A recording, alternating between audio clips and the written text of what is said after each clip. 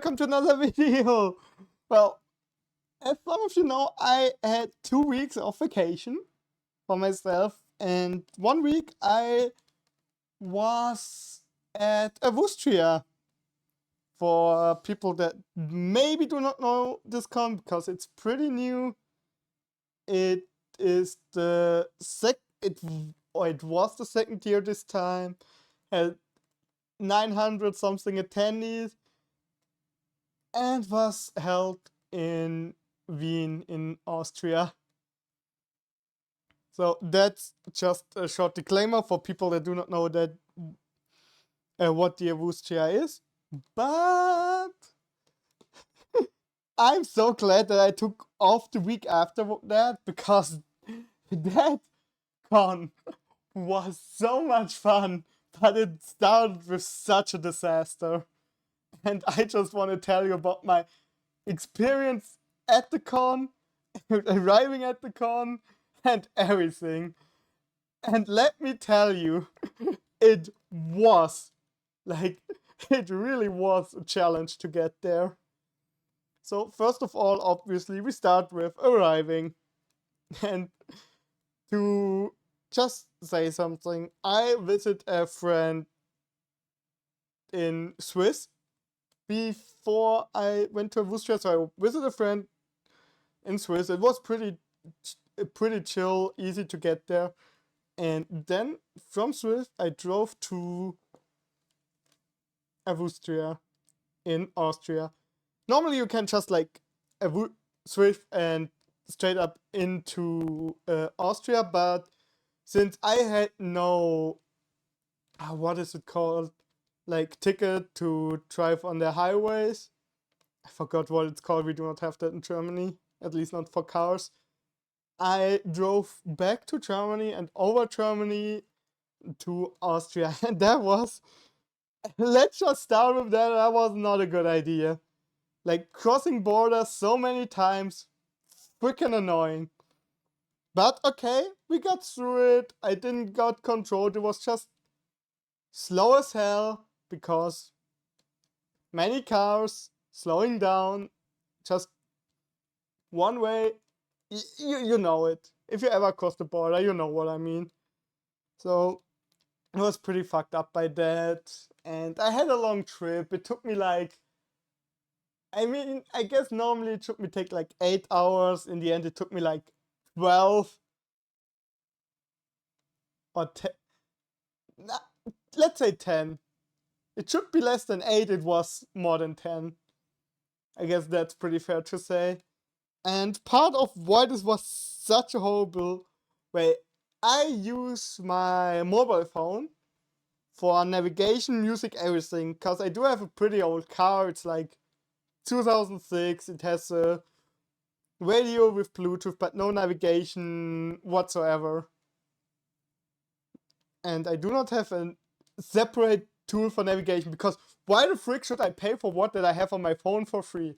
You got me? You got me, okay. So I took that. I bought like the thing that I can drive on the Austrian highways. All chill, all good. And the first 4 hours, they were slow, but kinda chill. And then it started. I started at like 2 p.m.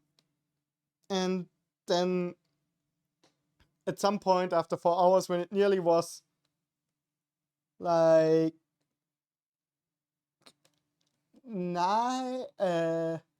7 to 8 p.m. That's normally when everything, like every store in Austria closes. And I looked at my phone, and I saw like 20% battery left for, let's say, 3 more hours while navigation and everything. So my phone told me that's not enough. I thought, okay, not a big deal. Just drive to the next gas station, pick up a charger for your car, and you're good to go. Okay, so next gas station was there. Talk to the person. First of all, understanding people from Austria, if you're from Germany, is not the easiest thing. Some people might tell you that they speak German. Let me tell you, they do not. No way. Super hard to understand. Anyways, got in. Hey, do you have like power bank or anything to charge a car charger for my phone? No. Okay, no problem. To the next one. I also got to one store to a supermarket like 10 minutes before they closed, which is already super annoying that, like, imagine 8 p.m. nothing has opened. Like, I'm living not in the biggest city of them all, but we have stores that has open till like 11 or something, or like later. There's barely any time that you have issues finding something. But apparently in Austria you have that issue. So I was there, yeah, doing this and that, and also I had to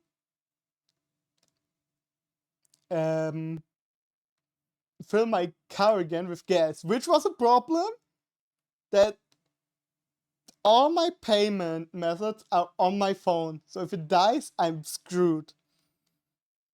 And so, not a big deal, okay? They do not have it, And after the supermarket had none, like no power bank, no charger, I started to panic. I had no clue what way I need to go. I knew it is somewhere in frickin' Wien, but where, no clue, because I slept by a friend in that time. I was like, the fuck? What do I do now? I started panicking because I knew I only have that one tank that is not a lot. It's like 300 kilometers and then it's gone. So I have limited gas. I have limited phone battery. Everything is going to get screwed up. And then around like 8 p.m., because of all the delays, I also like took off-roads to try to find something where I can buy a freaking charger. I was left, right, holding on gas stations, supermarket, none of them had a freaking car charger or power bank. I was like asking, hey, could I please charge my phone? Like, I cannot pay for anything. I would be like, okay, if you charge my phone, I'm gonna buy something. Like, I don't care, something to drink, whatever, because I also had nothing to drink left in my car. I was just like, please, I'm begging you, let me charge. But all of them said no. And it got later and later, and I had no clue how I should communicate with people, what I should do, and anything.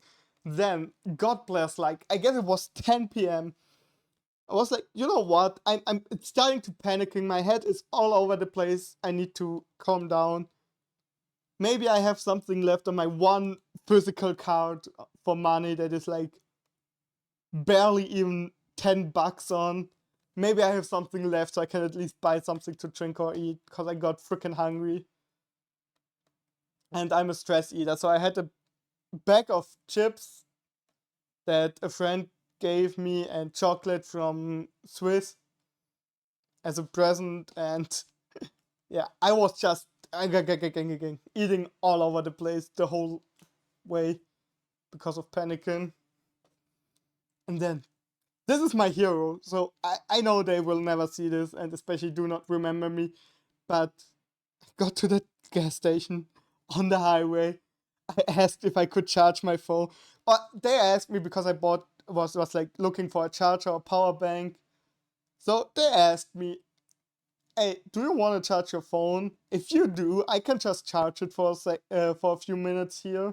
You don't have to buy that. I was like, okay, I would do that, but I also bought like the car charger just for the future so that